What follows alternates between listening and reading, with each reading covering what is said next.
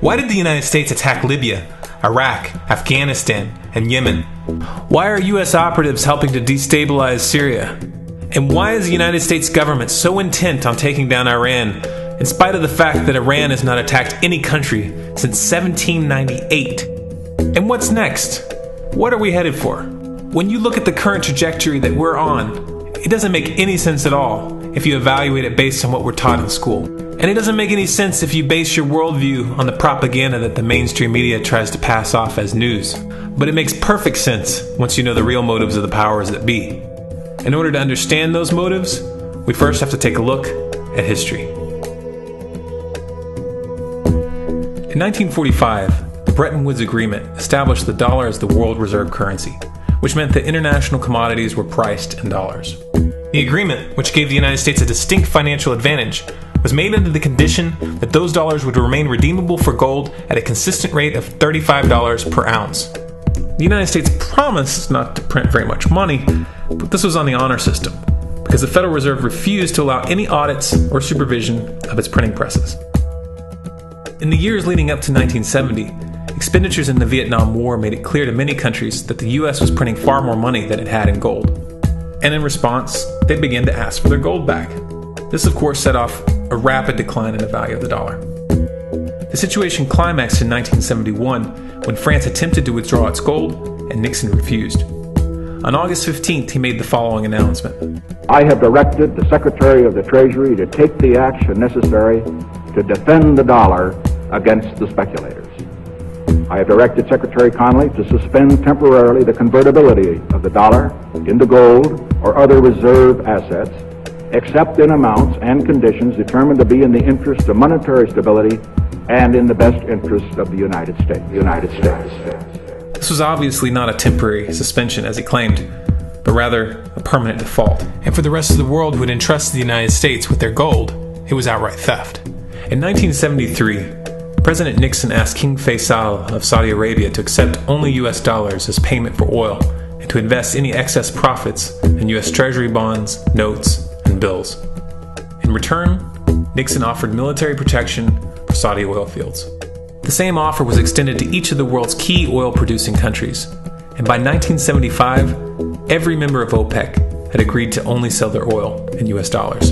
The act of moving the dollar off of gold and tying it to foreign oil instantly forced every oil-importing country in the world to start maintaining a constant supply of Federal Reserve paper. And in order to get that paper, they would have to send real physical goods to America. This was the birth of the petrodollar. Paper went out, everything America needed came in, and the United States got very, very rich as a result. It was the largest financial con in recorded history.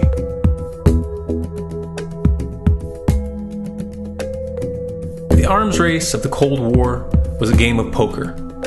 Military expenditures were the chips, and the U.S. had an endless supply of chips. With the petrodollar under its belt, it was able to raise the stakes higher and higher, outspending every other country on the planet, until eventually U.S. military expenditures surpassed that of all other nations in the world combined. The Soviet Union never had a chance. The collapse of the communist bloc in 1991 removed the last counterbalance to American military might. The United States was now an undisputed superpower with no rival. Many hoped that this would mark the beginning of a new era of peace and stability. Unfortunately, there were those in high places who had other ideas. Within that same year, the U.S. invaded Iraq in the First Gulf War. And after crushing the Iraqi military and destroying their infrastructure, including water purification plants and hospitals, crippling sanctions were imposed which prevented that infrastructure from being rebuilt. These sanctions, which were initiated by Bush Sr. and sustained throughout the entire Clinton administration, lasted for over a decade and were estimated to have killed over 500,000 children. The Clinton administration was fully aware of these figures. We have heard that 500,000 children have died. I mean, that's more children than died in Hiroshima. And you know, is the price worth it? I think this is a very hard choice, but we think the price is worth it. Miss Albright, what exactly was it that was worth killing 500,000 kids for? In November of 2000, Iraq began selling its oil exclusively in euros. This was a direct attack on the dollar and on U.S. financial dominance, and it wasn't going to be tolerated. In response, the U.S. government, with the assistance of the mainstream media, began to build up a massive propaganda campaign claiming that Iraq had weapons of mass destruction and was planning to use them. In 2003, the U.S. invaded, and once they had control of the country, oil sales were immediately switched back to dollars. This is particularly notable due to the fact that switching back to the dollar meant a 15 to 20% loss in revenue due to the euro's higher value. It doesn't make any sense at all unless you take the petrodollar into account. So I came back to see him a few weeks later, and by that time we were bombing in Afghanistan. I said, "Are we still going to war with Iraq?" And he said, "Oh, it's worse than that." He said, he reached over on his desk, he picked up a piece of paper, and he said, I just got this down from upstairs, meaning the Secretary of Defense's office today, and he said, "This is a memo that describes how we're going to take out 7 countries in 5 years, starting with Iraq and then Syria, Lebanon, Libya, Somalia, Sudan, and finishing off Iran. Let's take a look at the events of the past decade and see if you see a pattern. In Libya, Gaddafi was in the process of organizing a bloc of African countries to create a gold-based currency called the dinar, which they intended to use to replace the dollar in that region. US and NATO forces helped destabilize and topple the Libyan government in 2011, and after taking control of the region, US armed rebels executed Gaddafi in cold blood and immediately set up the Libyan central bank. Iran has been actively campaigning to pull oil sales off of the dollar for some time now, and it has recently secured agreements to begin trading its oil in exchange for gold. In response, the US government, with mainstream media assistance, has been attempting to build international support for military strikes on the pretext of preventing Iran from building a nuclear weapon. In the meantime, they established sanctions which US officials openly admit are aimed at causing a collapse of the Iranian economy. Syria is Iran's closest ally, and they are bound by mutual defense agreements.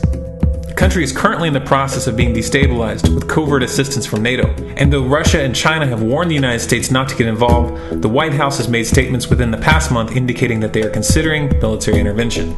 It should be clear that military intervention in Syria and Iran isn't being considered. It's a foregone conclusion, just as it was in Iraq and Libya. The U.S. is actively working to create the context which gives them the diplomatic cover to do what they already have planned.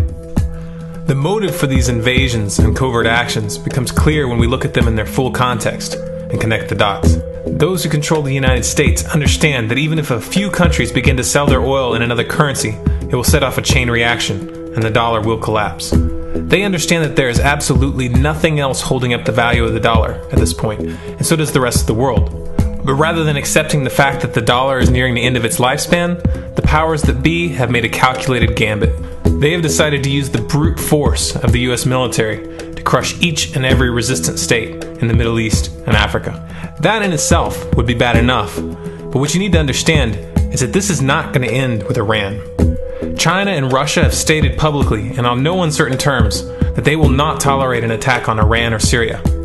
Iran is one of their key allies, one of the last independent oil producers in the region, and they understand that if Iran falls, then they will have no way to escape the dollar without going to war. And yet the United States is pushing forward in spite of the warnings. What we are witnessing here is a trajectory that leads straight to the unthinkable. It's a trajectory that was mapped out years ago in full awareness of the human consequences. But who was it that put us on this course?